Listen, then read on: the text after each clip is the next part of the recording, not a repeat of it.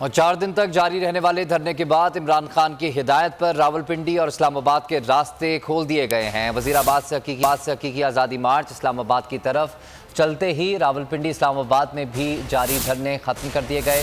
Motorway समेत सड़कें खोल दी गई। तहरीक इंसाफ के रावलपिंडी में जारी धरने की हिकमत अमली तब्दील कर दी गई। मरी रोड पर अल्लामा इकबाल पार्क के बाहर एहतजाजी कैंप लॉन्ग मार्च के पहुंचने तक कायम रहेगा। कैंप में कारकुन सुबह 11 बजे से शाम 5 बजे तक मौजूद रहेंगे।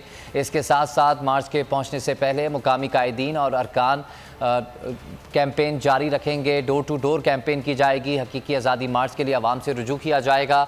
मोटरवे पर जारी एहतजाज भी ख़त्म कर दिया गया है। इस मुकाम पर मज़ीद एहतजाज के किसी प्रोग्राम का ऐलान भी नहीं किया गया। आपको बता रहे हैं 4 दिन तक जारी रहने वाले धरने के बाद इमरान खान की हिदायत आने के बाद रावलपिंडी और इस्लामाबाद के रास्ते खोल दिए गए।